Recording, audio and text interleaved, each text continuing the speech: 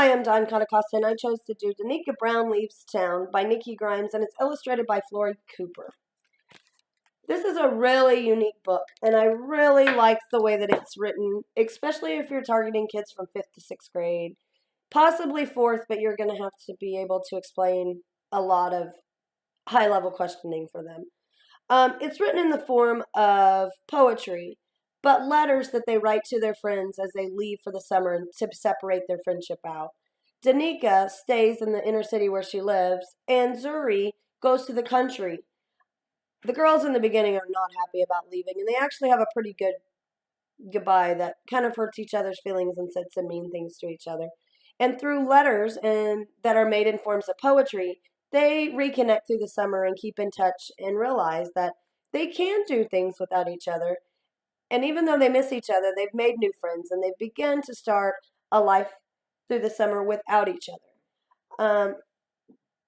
They both build on each other in confidence from being together and then apart as well. This is a great book to teach 4th, 5th, maybe possibly 6th graders to begin to write the address and how to write physical letters that doesn't involve technology. They write back and forth in an old-fashioned envelope and stamp, and they mail it to each other, and they wait for those letters from their friends for the entire summer. They talk about what it's like to be on the farm, and they do the things like what's going on in the city by playing kickball and things like that. Even though they have a great summer apart, it is a super sweet ending when they do get back together and realize how much they've truly missed each other. This would be a good book to use to talk to your students about friendship and how wonderful it is to be that good a friend that you can live without your friend and build other friendships. And it's okay to have friendships with other people, not just the friend that you have every day.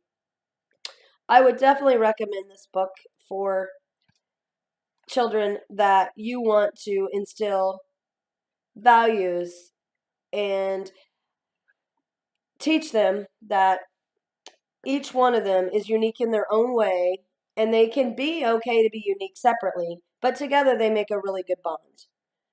The way that I would think that this would be beneficial to teach and how I would have my children do the reflection on it would be to write the letters to each other, to pick a friend that they have that maybe they would never write a letter to any other ways because they'd use their phone or their computer or they email or something, and actually have them sit down and physically write the letter.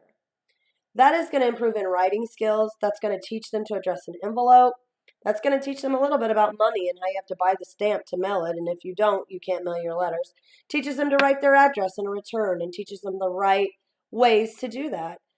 I think it's a very good book. And it kind of introduces them to a little bit of poetry without making it a scary thing. I think poetry for children can be very intimidating. I know for me it can be very intimidating to write poetry, to find the imagination when we kind of live in a world that doesn't have the imagination with the use of the technology and the things that we need now. This is a very good book. I recommend, and I hope to someday read it to a class in elementary school.